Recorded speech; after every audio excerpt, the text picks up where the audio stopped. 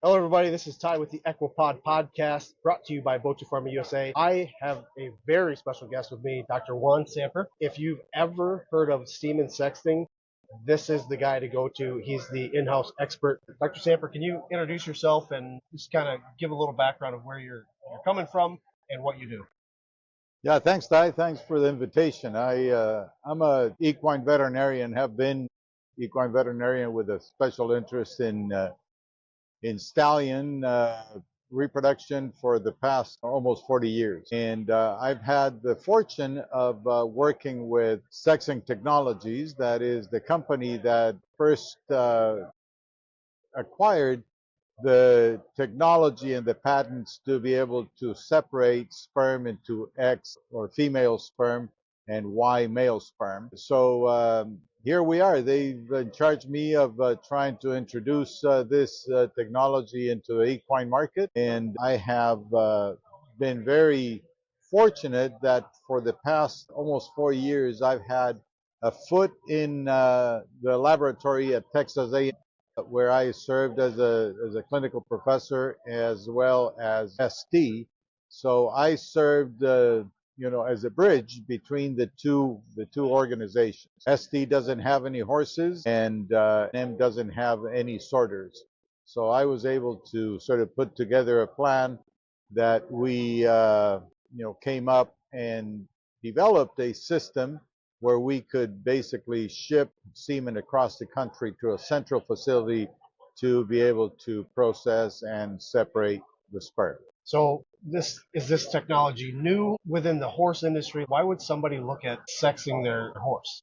So that's a great question. It is not new technology. It's been around since probably the late 70s, and was technology that was developed by the USDA, Dr. Larry Johnson in Maryland. And it kind of evolved, and it got bought from them, and then ST ended up buying it from somebody else. So it's been around for the past, maybe 30 years or so, but in a big commercial way with good results.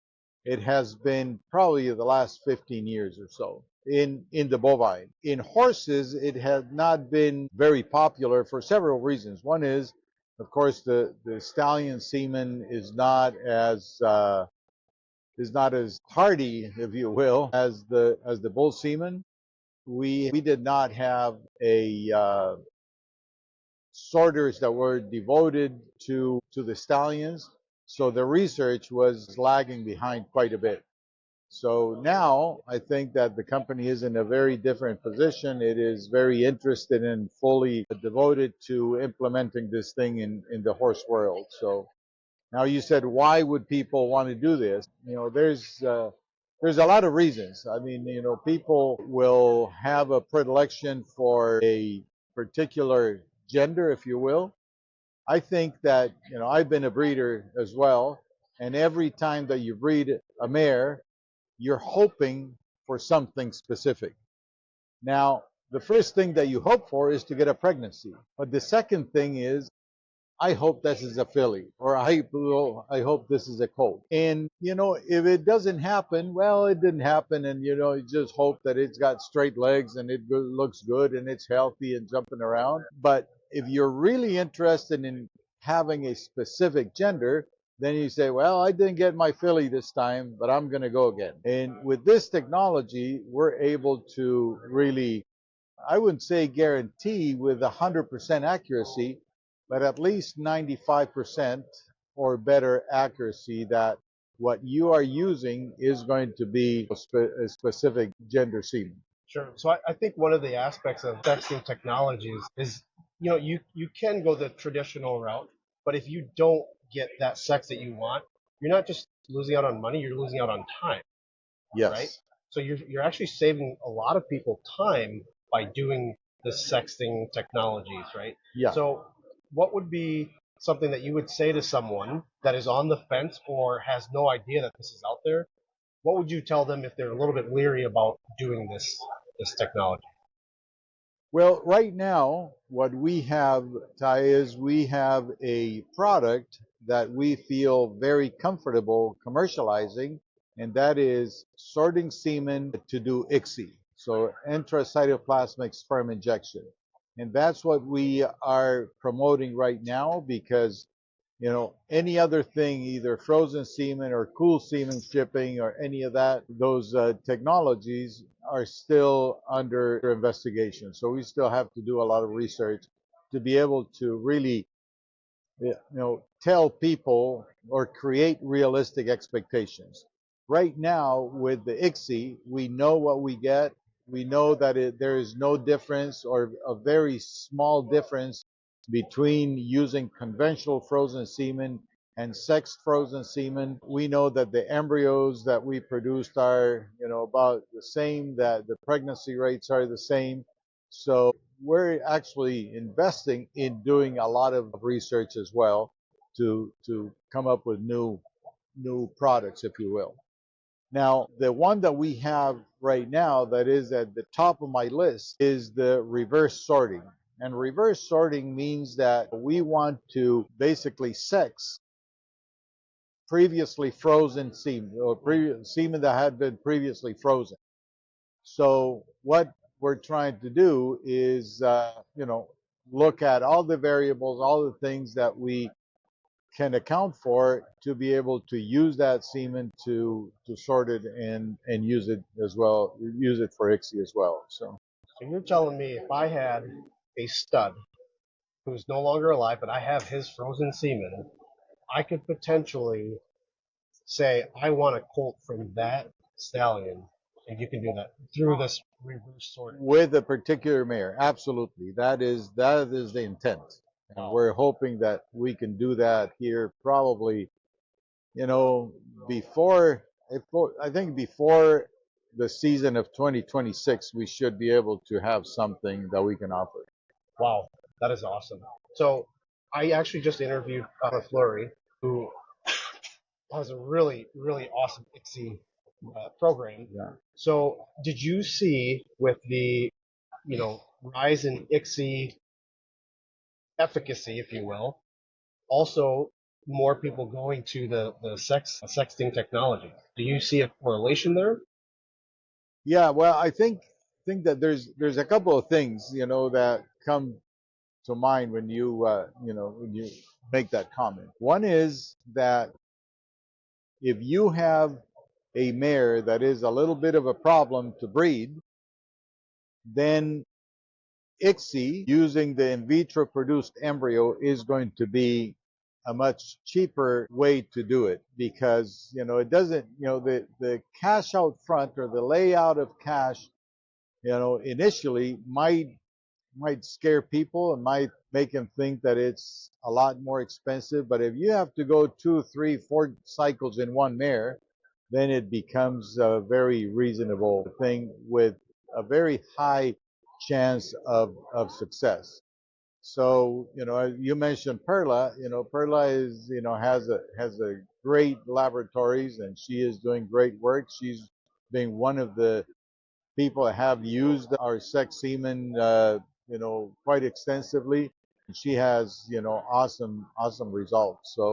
So I don't know if I kind of deviated from your question, but I think that if you look at the way this industry is going, we always lag behind the bovine industry. And in 2016, the bovine industry had a cross where you had 50% of the embryos that were produced were in vitro produced embryos and 50% were in vivo produced embryos. And from there, the in vitro produced embryos took off. And right now, around the world, 80% of the embryos that are produced are in vitro produced embryos. Now, if you look at that, the use of sex semen for those in vitro produced embryos becomes a very, very logical alternative because now you're going to get what you're wanting and you're not going to have to feed, if you will, the non-desired gender that becomes an economic burden to some people. In horses, we're lagging behind. So right now, about 40% of the embryos that we produced are in vitro produced, 60% are in vivo produced, but only 6 or 8 years ago, only 1% of the embryos that were produced were in vitro produced. The increase has been exponential over the last 8 years or so. Sure. So I am sure that in the next few years, we're going to cross that mark where, we have 50 and then it takes off. Sure. So then, is there anything else that either a skeptic or somebody that doesn't really know about this, like what advice would you have? Just start. Yeah, I think that, part of the skepticism, is because there's a lot of people that have been exposed to other technologies, to sex semen. So there's a centrifugation process that, people have used, which is non-repeatable and, it produces poor results. Then there is another product, that they sell you a little kit, you add semen to this kit, depending on what you want. Cheap enough, probably about $100, $150 a kit, but it's also non-repeatable. And the results are not what you would expect. Then there is another technique that was published a number of years ago using centrifugation with nanoparticles, and that was a sort of a flash in a pan. So I think that people just remember those things, and are skeptic about the technology. What I can tell you is that this company right now has over 24 laboratories in 20 different countries around the world. It has made bovine industry, particularly the dairy industry, much stronger and much more profitable based on using this technology. So now that we have that, we can actually extrapolate, some of those things to the horse. And we cannot extrapolate everything because they're two different species with idiosyncrasies, but I think with what we know from the bulls and the machines that we have, I think are very very conducive to implementing this technology in the horse world. Perfect.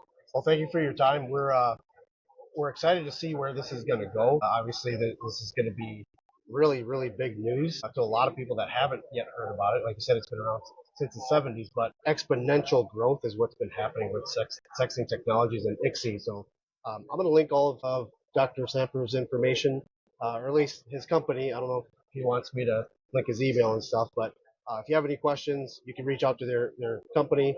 But yeah, thank you for tuning in, and please click the like, subscribe, and we'll get more information out to you. Thank you, Doctor. Thank you very much.